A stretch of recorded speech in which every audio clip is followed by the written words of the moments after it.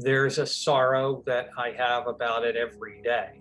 There's the sound of the building coming down, the sound of people screaming when the building is coming down that are in my head that I can't get rid of.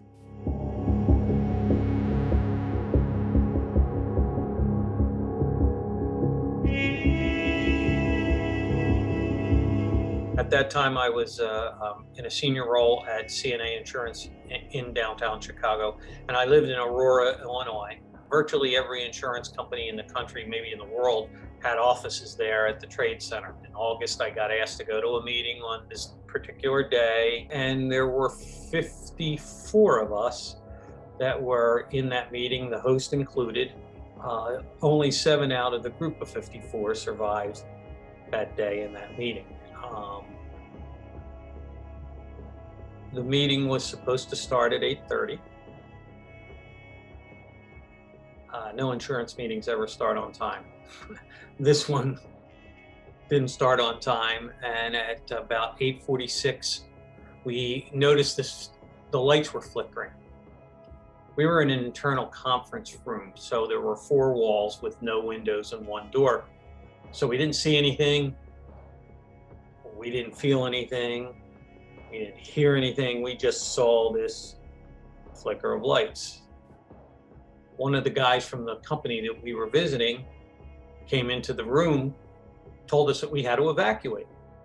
And he took us over to the nearest fire stairwell at 105 and told us, yeah, you're going to walk down 105 flights of steps. What a bunch of happy campers. Woo! And everybody did pretty much had the same reaction.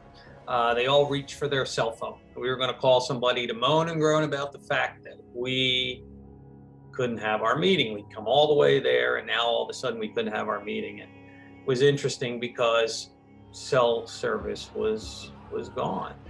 And you knew more about what was going on outside and inside those buildings than any of us that were right there. We didn't have a clue, not a clue.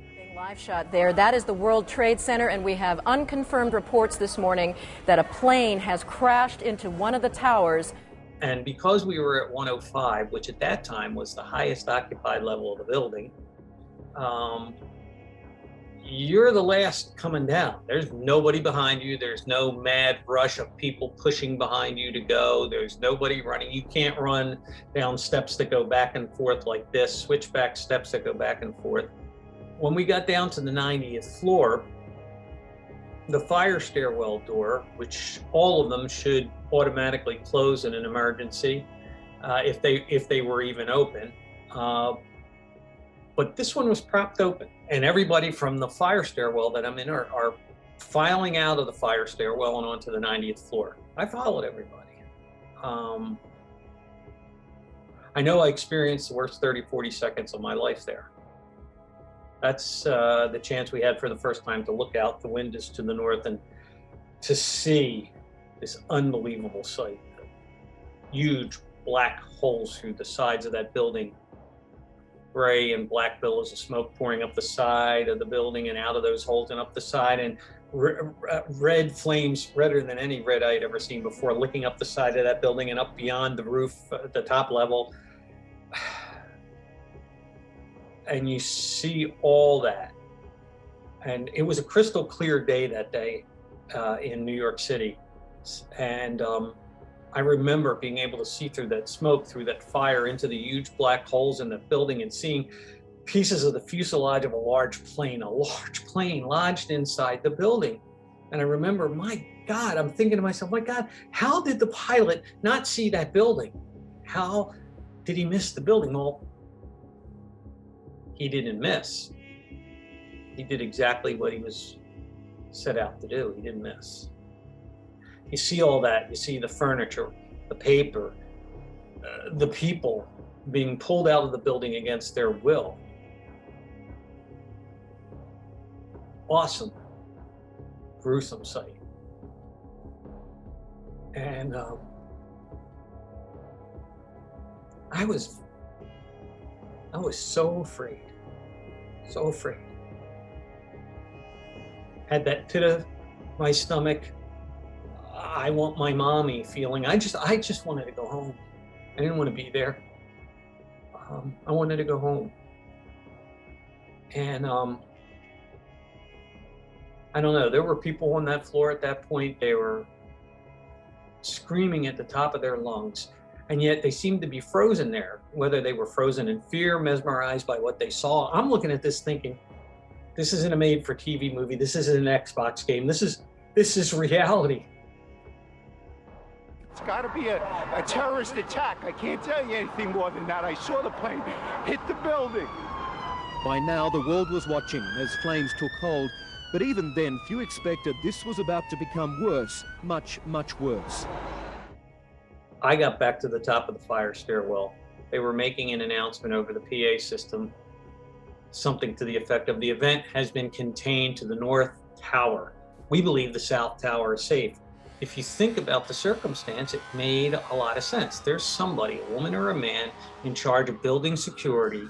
They're probably down at the lobby level of the building at this point in time. There's a cop on the right side. There's a firefighter on the left side. There were as many as 25,000 people in each of those buildings. And I'm sure these cops and firefighters are looking at this in-charge person saying, you can't let them out. It's raining concrete, steel, and bodies outside. Where are you going to put 25,000 people? Got down to the 78th floor. The 78th floor was a sky lobby. I got down there, the woman that invited me to the meeting screaming at me to go to the elevator with her, and something blessed made me make the right decision at that moment. And I thought, yeah, and she's screaming and she's waving for me to come, and I just kind of waved politely back at her and turned around and went back to the fire stairwell. Best decision I've made in what is still my life. I was somewhere between the 74th and the 72nd floor when the second plane went through our building. And that plane went through our building between floors 77 and 83. We were just a few short stories below that strike zone. This fire stairwell, this concrete bunker, right, that you're inside of, it starts to shake so violently back and forth in ways that it shouldn't be shaking. And the concrete starts spidering out, and the handrails are breaking away from the wall, and the steps are like waves in the ocean, undulating underneath your feet. We feel this heat ball blowing by us. We smell this jet fuel, and this thing keeps rocking back and forth and back and forth and back and forth. It felt like forever. Maybe it was seconds, maybe a minute. And then it finally settles. And you kind of would think that there would be this craziness, this massive pandemonium in that stairwell. Nothing but a stunned silence. We all pretty much did the same thing again. We all grabbed for our cell phones, hoping to communicate. And like I had mentioned before, it was a blessing that they weren't working, because what we didn't know couldn't hurt us. We had no clue what actually was going on. We played the conjecture game. Oh, we saw a plane in the other building. Oh, a fuel cell exploded. That's why we smelled that jet fuel and felt that heat ball. No way did we think that a plane had also gone through our building. So you really just become concentrating on one thing, getting out. And then we started to approach the 35th floor. And that's the chance we had for the first time to encounter the cops, the firefighters, and the paramedics from New York City and the Port Authority. And they knew that they were going up, and they knew that they were never going to come back. I don't know how you can be that brave. I don't know how one can be so strong. You know, when we got down to the lobby level outside the fire stairwell, you're looking out the glass windows and you're seeing what looked like the vestiges of war. Crumbled concrete, twisted steel. And yeah, they couldn't let us out at the street level because it was raining concrete and steel and bodies. Nightmares, Armageddon right here. So they took us down into the concourse, the underground level of the World Trade Center complex. That's the chance we had for the first time to see people in real need, missing limbs, gaping wounds. And you're in this rat maze of a concourse with all these corridors, every fast food restaurant known to mankind, every retailer known to mankind down there.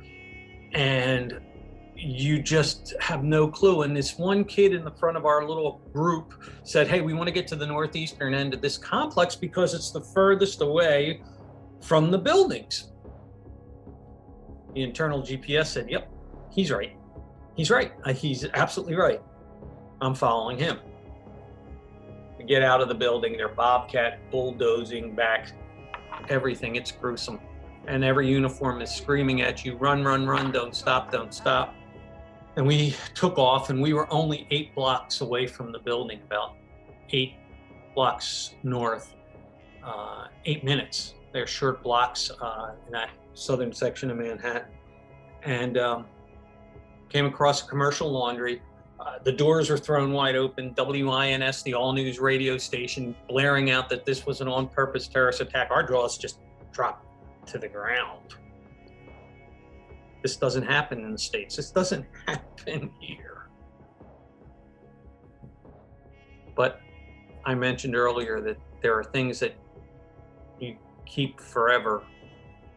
And this was one of those moments, because first you hear the crumbling concrete, the twisting steel of what once was the South Tower, the building that we had been in just 8-9 minutes earlier, coming to the ground. Oh my God. We gotta go. We gotta go. We gotta go.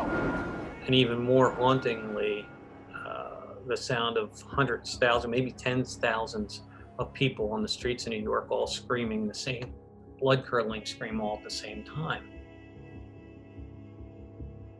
And it's the first thing I hear in the morning. It's the last thing I hear at night every day. Doesn't go away. Doesn't go away. Made the 16-hour trip back to Aurora, Illinois, which was a suburb of Chicago that I lived in at the time. When I was 10-15 minutes away from home, called my wife for the 50th time and said, hey, I'm almost there. 10-15 minutes away, she said, okay. And I said, there was a hesitancy. What's going on? And she said, well, they decided to have a special mass at church. And I said, you know what? Before she even finished the sentence, I said, you know what? It's a good day to go to church. It's a pew where we always sit. We're Roman Catholics. We sit in the same pew all the time, right? And there's my wife and a couple of my kids and my friends. And to see this quiet woman jump over the back of the pew, run to the back of the church, give me the greatest hug and a kiss a guy could ever want. That was the moment I knew I was home. I was home.